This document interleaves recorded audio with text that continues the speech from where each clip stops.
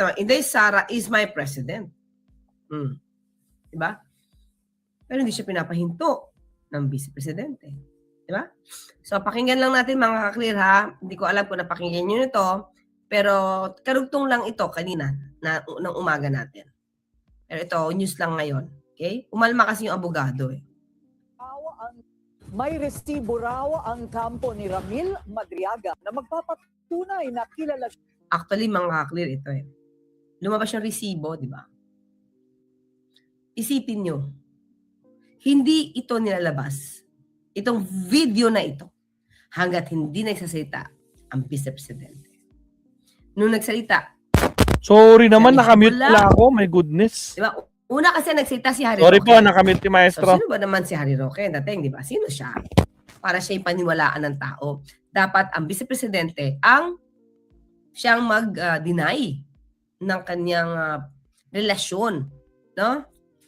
Dito kay Madriaga. Ang problema na una si Harry Roque. Si Harry Roque, alam naman natin mga ka-clear. Ano sinabi niya? Ang sabi niya, ganito. Sabi daw sa kanya, or tinanong siya ng Vice Presidente, tinanong si Harry Roque, ni Sara Duterte, sino ba yung Madriaga na yan? At nananakot pa sa akin at may blotter pa. Pa? So, mga ka-clear, hindi ba ganyan din ang ginawa ni Harry Roque sa hearing sa House?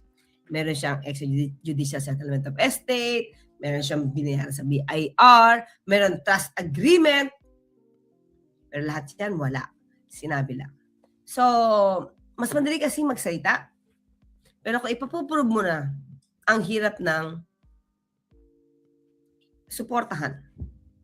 Yan na nangyayari ngayon kay Congressman Leviste.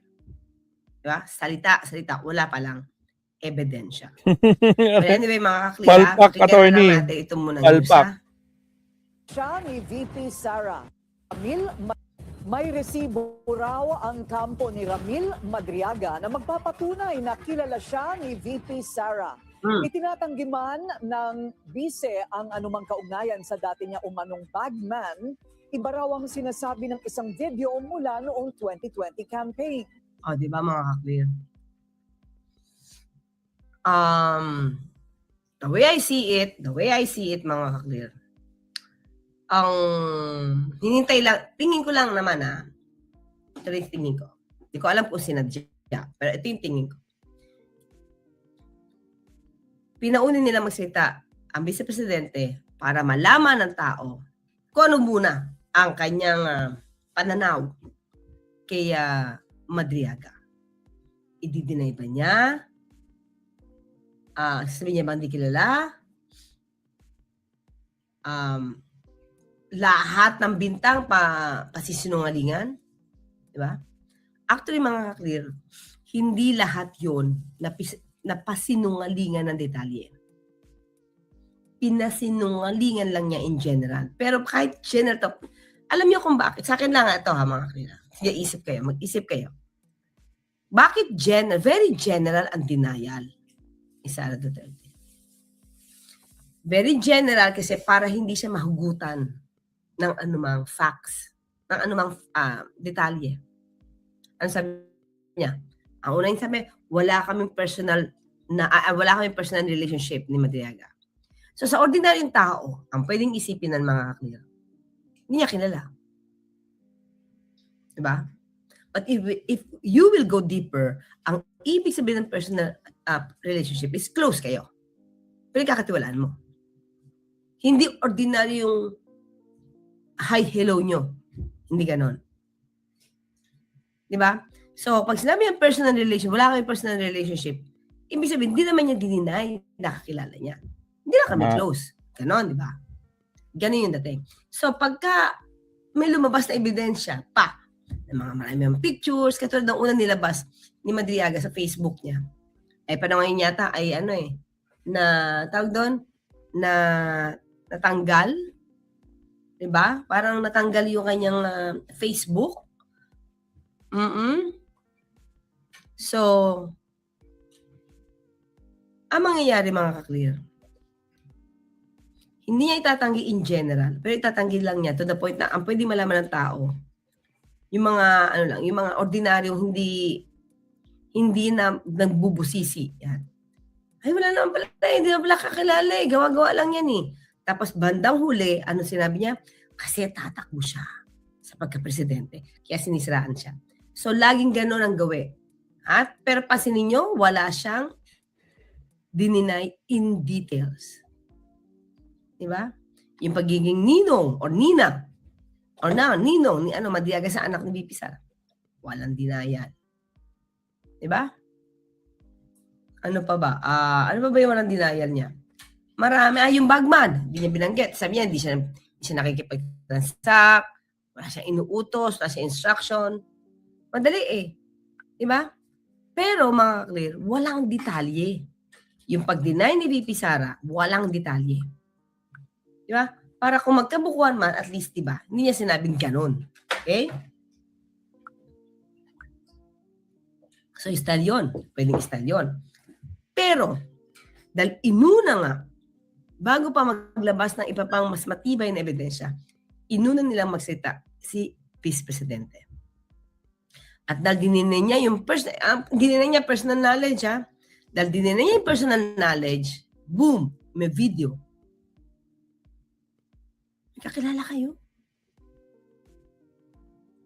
So, paano mo yan matatanggi ngayon?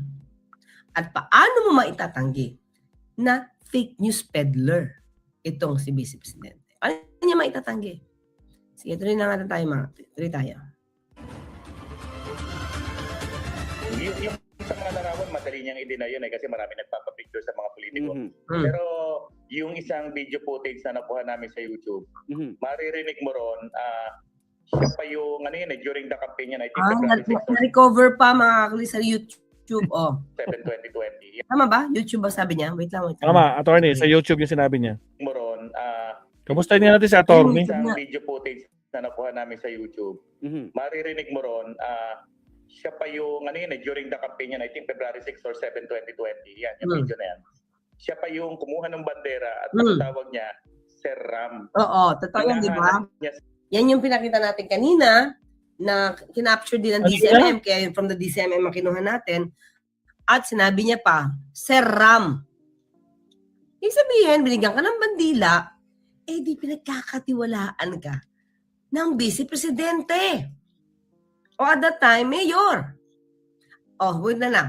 Pinagkakatiwalaan ka ng hindi ko sabi mahal na Vice President. Pinagkakatiwalaan ka ni Sara Duterte.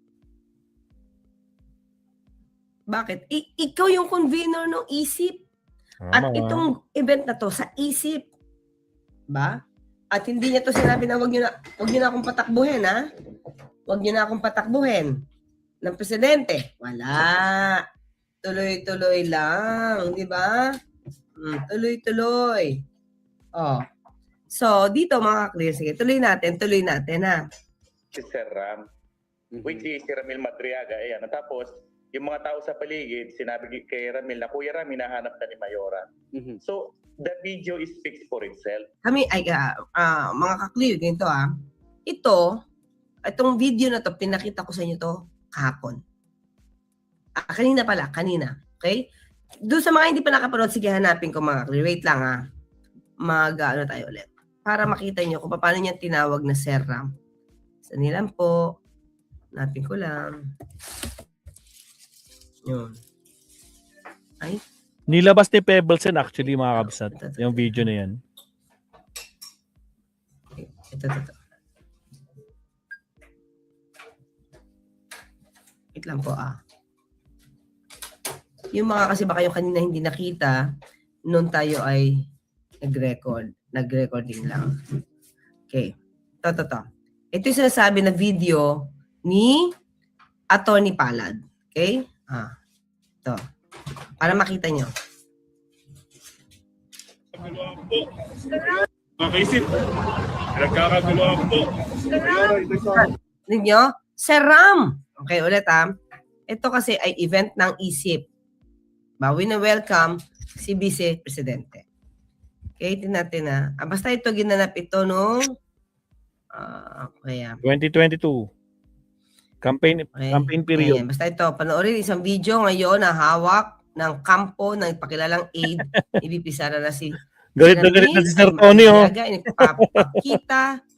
Nagpapakita na mismo ang pangalawang pangulo ang nagbigay ng bandila kay Madriaga at tinawag pa ito sa kanyang palayon na RAM. Okay.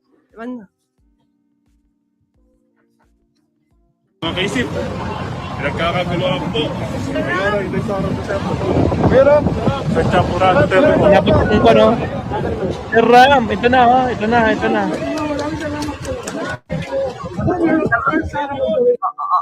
Wait, di ba sabi niya, hindi siya nakipag-usap kahit kailan, At any point. kahit sa anong pagkakataon. Tama, at any point. Nag-usap sila dito eh, di ba? Yun na nga. Maraming salamat po. O, yan ha.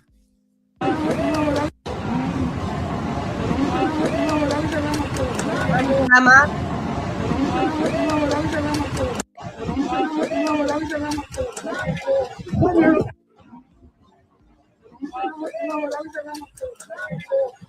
Yan pa lang, basag na si Sarah, mga kabisat. Sinungaling talaga. Oh, sa kanya, oh.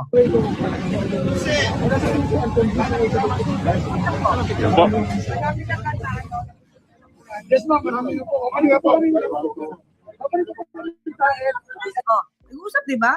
Sabi niya, opo, marami na po, ma'am. Nagpupunta pa po kaming daet. Ano daw, Santa Elena? Wait,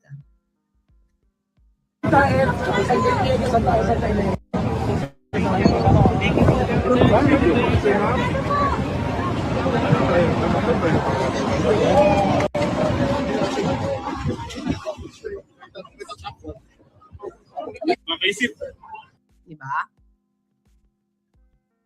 Sir Ram. Kaya ito yung inaalmahan ni Atty. Palad, di ba? O, tuloy tayo sa kay Atty. Palad. Tawag niya, Sir Bandera, at ang tawag niya, Sir Ram. Hinahanap niya si Sir Ram, which is si Ramil Madriaga. Ayan. At tapos, yung mga tao sa paligid, sinabi kay Ramil na, Kuya Ram, hinahanap ka ni Mayora. So, the video speaks for itself. Kaya, Sa kanya na affidavit, sinabi ni Madriaga na suportado o mano ng mga pogo at drug lord ang political campaign ni VP Sara. Paniwala ni Duterte, may kinalaman ito sa kanyang posibleng pagtakbo sa 2028, bagay na itinanggi ng abogado ni Madriaga. di ba mga clear?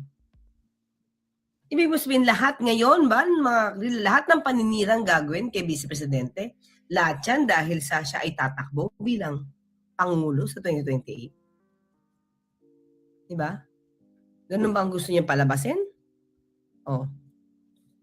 So dapat hindi siya siraan. O dapat walang ikwento kahit totoo laban sa kanya. Kasi pagka nagkwento ka laban sa kanya, sabihin niya, yan ay paninira lamang sa kanyang plano sa pagtakbo bilang Pangulo sa 2028. Thank you, Science and Facts. Filitas Garcia. Di ba? Ganun yun. Pero, siguro sa aking palagay, mas marami pang ebidensya. Kaya mga ka-clear. Kaya, 2 linggo bago nagsalita ang Vice Presidente. Wow, 2 weeks na Tandaan natin. Nawala ang Facebook. Hanggang ngayon ba? Nawala na yung Facebook I think niya? so. I think so, attorney. Nawawala pa rin. Ni Madriaga. Mga ka-clear nga. Tingnan ko yung mga sagot niya. Wala na ba siyang Facebook? Hindi kasi ako ma-Facebook eh. Hindi ko nababantayan yan.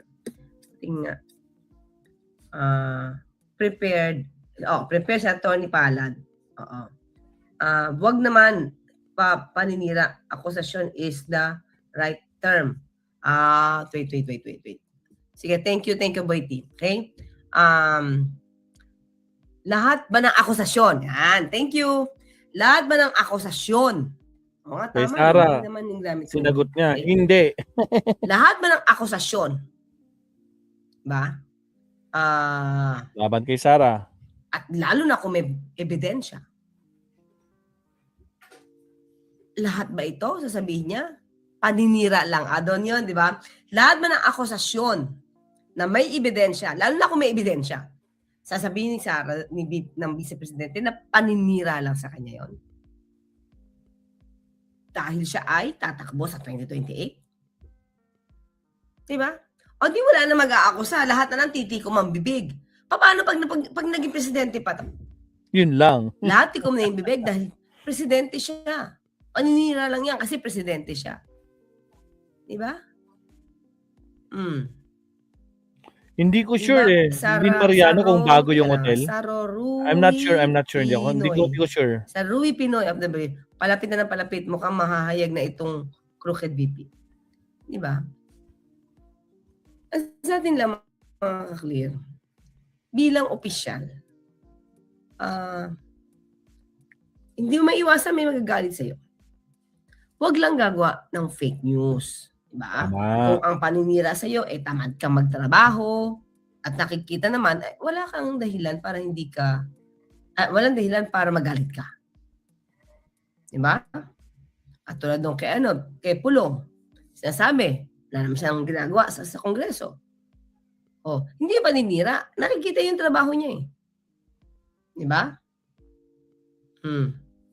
So, ano sabi ni Delta Montemayor, Sarapina for the win, yan, di ba? Sara, ayan. So, tingin ko hindi na ito, it's not a surprise that Sara Duterte lied. The Dutertes are well-known liars, sabi Nia Florea. Well, oo nga. In a way.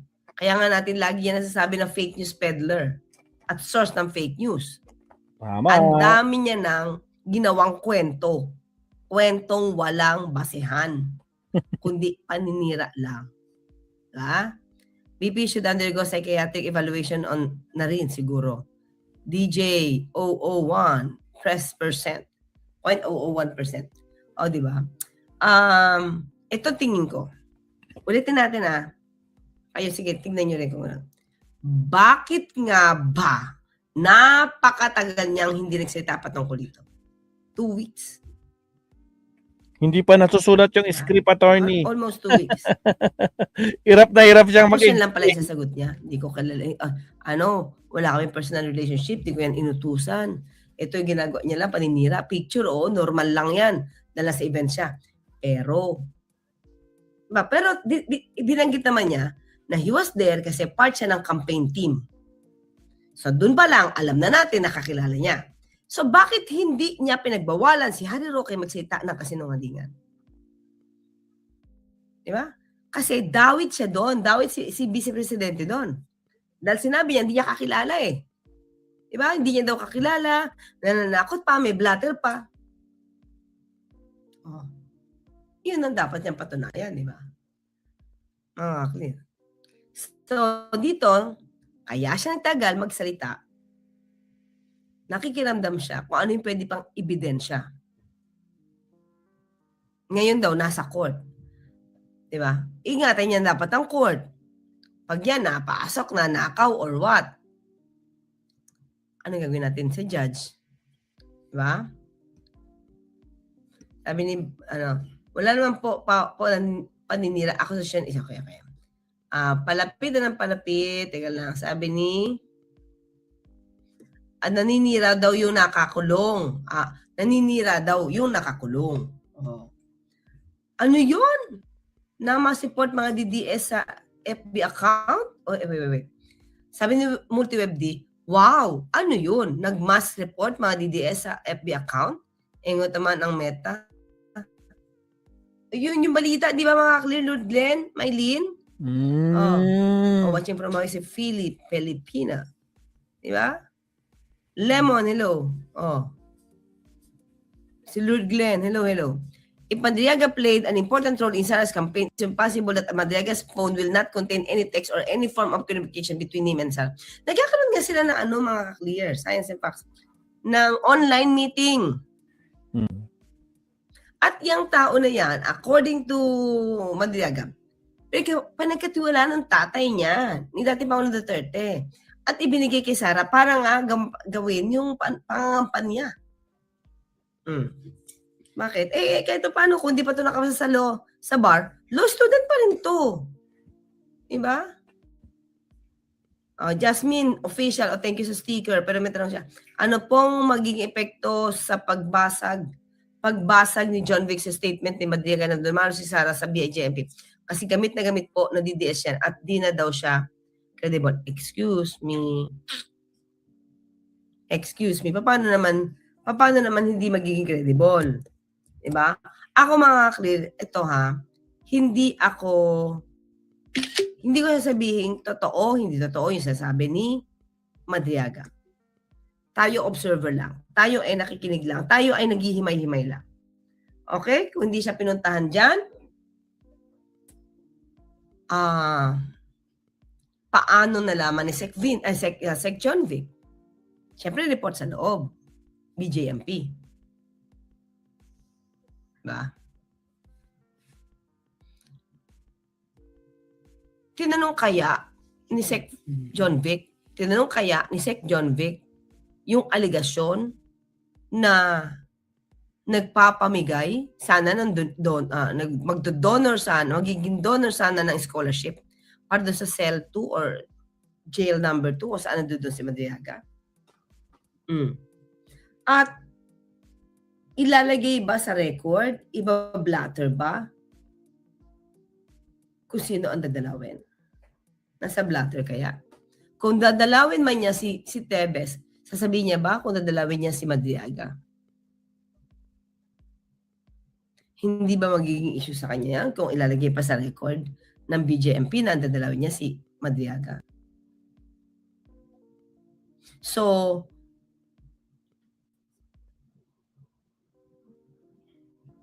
ang tanong dito, ang sabi ni Madriaga, pumunta si Vice Presidente, pero hindi sila nagkaharap. Ba?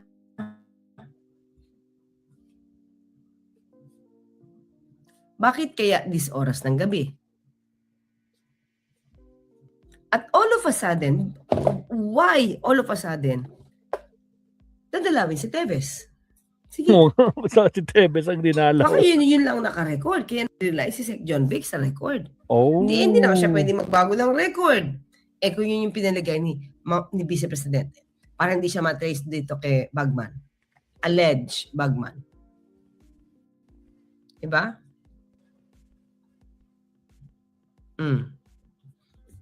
So, paano mawawala ng credibility? Nung sinabi siguro tong hindi pa gamit ang DDS, hindi siya dinalaw, baka hindi pa nila nakita tong video. Baka hindi pa nila nakita yung video na may relasyon ang Vice Presidente, ang then Mayor Sara Duterte dito kay Madriaga tungkol sa pangangampan niya. Diba? Okay? So, doon lang tayo mag-analyze mga clear kasi mismo, ang lawyer, mismo sa bibig ni VP Sara, hindi niya kakilala niya si Ramil. Rinig na rinig Diba? Kuya Ram. Diba? Teka lang. Ang name niya, si Survivor. Okay? Diba? Thank you, Jasmine. M Official. Diba? MIBs. Nasaan ba si Addictus Strikes? Diba? Andito pala. Sorry, hindi ko nabate. Diba? Nandito rin si MUG. MUG, maandar ba yung kaso nyo? Shiro Kansaki, hello. Ertrudes Bonson. Good evening, Attorney Claire. Merry Christmas din po. Diba? So, yun lang muna mga kaklear, ha? Salamat, Pagka Attorney. muni-muniin natin, una, ba't matagal? Sumagot. Pangalawa, walang personal relationship. Pero pinakita, hindi lang sila magkakilala. Ka-close pa. Halos holding hands nga, Attorney. Maayos sa pangampanya mo. Nagre-report ka kung saan ka pupunta. Tapos hindi ka makikilala. Hindi mo man lang nakakausap. Pinablatan mo pa. Sabi niya, sino daw itong Madriaga na to? Lagi akong pinagbabantaan ako. At ngayon may blatter. Ipakita niya yan. Attorney Roque, pakita mo yung blatter. Ha? Bakita mo na, Ano yung Harimaw. deflection si Inday? Oh, wala talagang tinumbok na issue eh. Di ba? Walang tinumbok ng issue, puro general din na yan. Okay mga clear? Meron pa po tayong susunod na topic. Ito ay patungkol doon sa inalmahan din ng DOJ. Ito sinasabi ni Leviste. So panoorin natin maya-maya. Naku, si See you in a Libis. while, mga clear. Bye-bye. Thank you so much. Talaga si Pakipress na Libis. po yung like. Click nyo na yung like. Subscribe na rin po kayo pag bago kayo. And, of course, tawag dito, mag-share. Mami, hindi masukat. See you in a while. Bye-bye. Yun, salamat mga kakabsat. Wait lang. 10:38.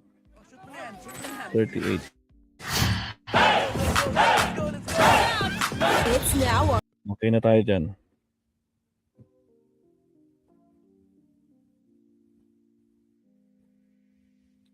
Okay, nag-umpisa na ba? Guys, papalipatin ko kayo